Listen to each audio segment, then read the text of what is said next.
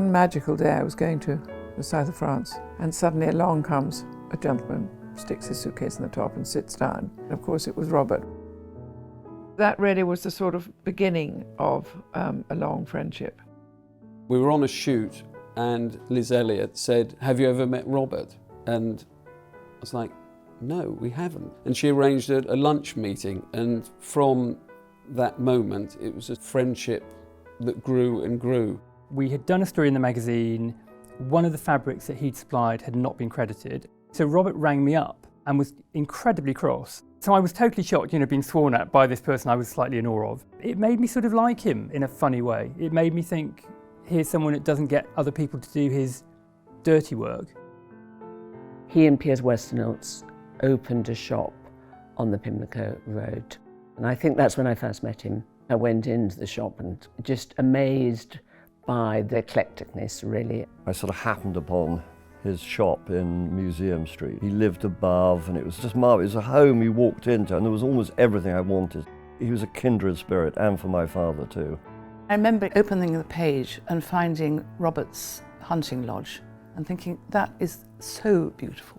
And it's something that hits you here. It's not something that you can explain. So my adoration of what he did and my admiration of what he did was always there.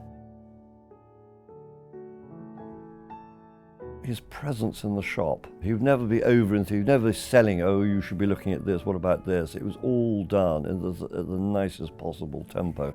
Robert came to California a couple of years ago and came to this very house, and we had a dinner for him and stuff. And I just think to meet him and sort of see his almost professorial kind of quality, his approachability is something I think people were really surprised by, but I think it's part of the reason people loved working with him.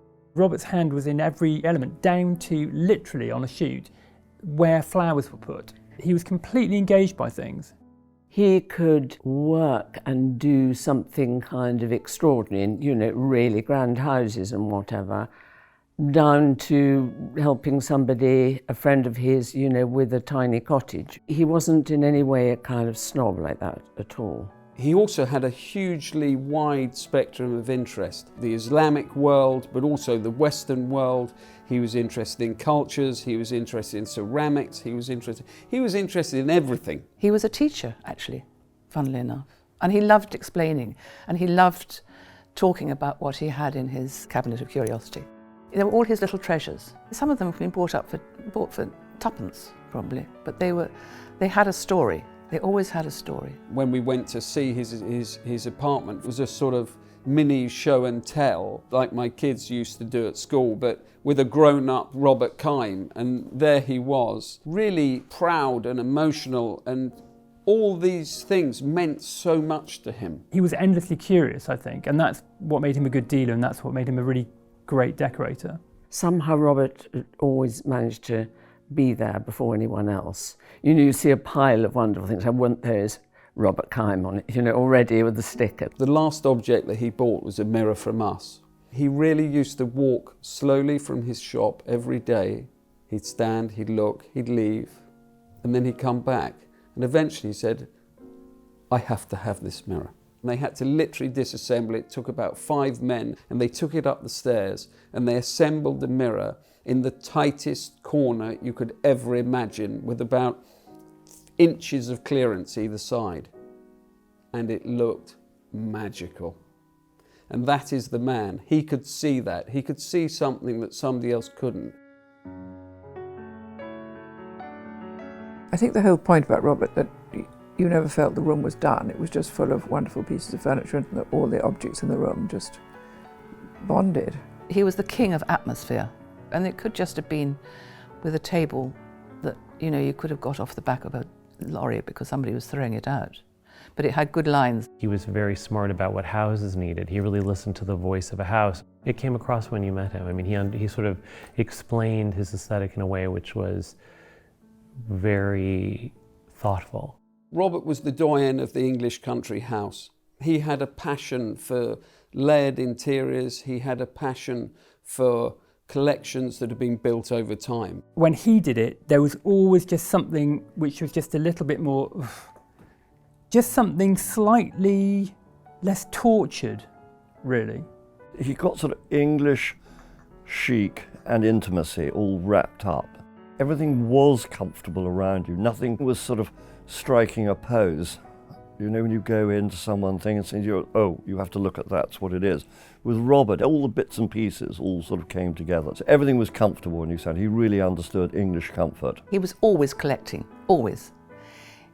You know, especially now with social media, he could do this all the time. And I said, do you ever stop? He said, no, because look at that, isn't that wonderful?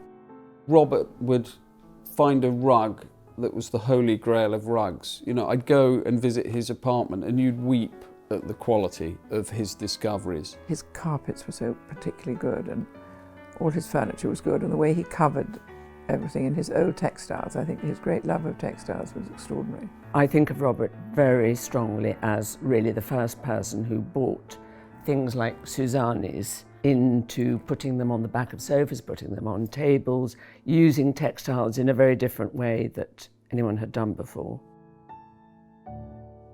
His influence on the king has been enormous.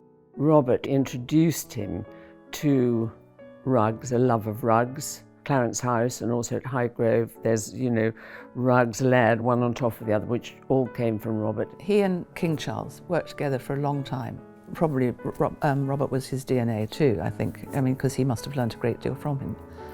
And I was very moved by the king appearing very quietly at his funeral. There was no fanfare, nothing.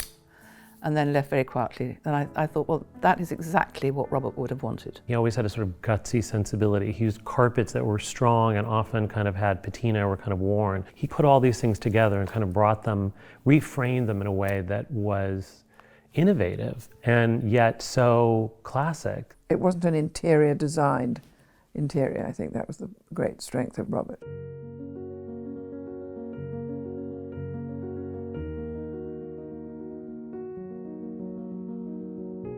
Much of Robert's stuff travelled with him clearly throughout much of his life. So many of the things here are familiar. They're like old friends. I mean, they really did matter to him. His appreciation of what human beings can achieve at their very best, being part of a quiet community that was actually producing these beautiful objects, that is what Robert really loved.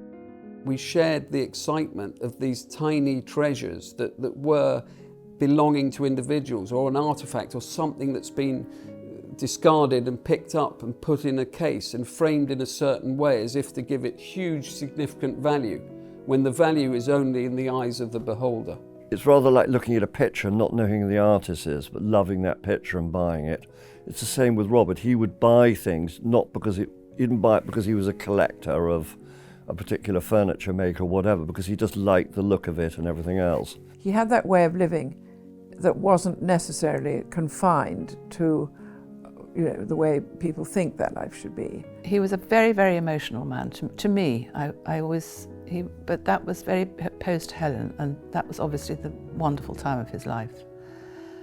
And she must have been a truly remarkable lady. Everything he spoke about always referred to her. That being said, he used to say that he made her very cross sometimes because he would sell something that she got used to, which I completely understand. God, I would have been furious.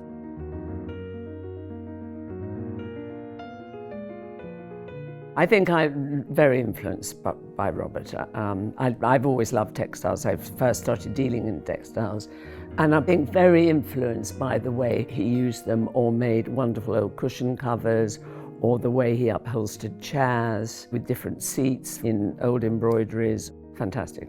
He had the passion that he had when he was 10 years old for our industry, never ever left him. And that passion to be around people like that, and the mentors that I've had in my life, and what he brought to me as an antique dealer is unsurpassable. He's undoubtedly influenced me, and Hertford Street wouldn't look quite the club without him. He was a very infectious person. I think that was his magic, really. He was somebody who was totally original, whether in his design, but even in his thought. He was a one-off. If I was thinking of the really good things in life that had happened to me, that was really one of the big ones. It was a bit of a life achievement to meet him. He was a dear. He was a difficult dear. He meant a lot to me, and as I say, I mean, one does say this about people who've gone, but I really do miss him. I valued his friendship enormously. As I say, I loved the call from Heather to say, Robert wants to have lunch, and can you come here and there? I treasure my moments with him. He had an incredible way of seeing people and seeing into them and seeing their value and understanding them. And I think that Robert certainly surface was everything when it came to objects, but nothing when it came to people. He's very much a figure that people will remember in 30, 40 years' time. His materials, his sense of colour, where he bought things, not just the objet, the furniture and pictures one bought. He was very, very much a sort of leader of London style. Unquestioned. That's not being polite, that is the statement of fact. I think Robert really was the one who crystallized all these elements of things we loved and put it in a way that was comfortable. It'll continue to feel like something that all of us will like, that rock stars will appreciate. And I think that combination is something that lives for a long time. And I think that it's going to be very synonymous with Robert and very much his legacy. Robert will take his place amongst the interior greats with John Fowler, Geoffrey Benison and Chrissy Gibbs. He really was a titan in our industry. And I think that anything that's come from Robert or passed through his hands will become an integral and incredibly important part of that object's provenance.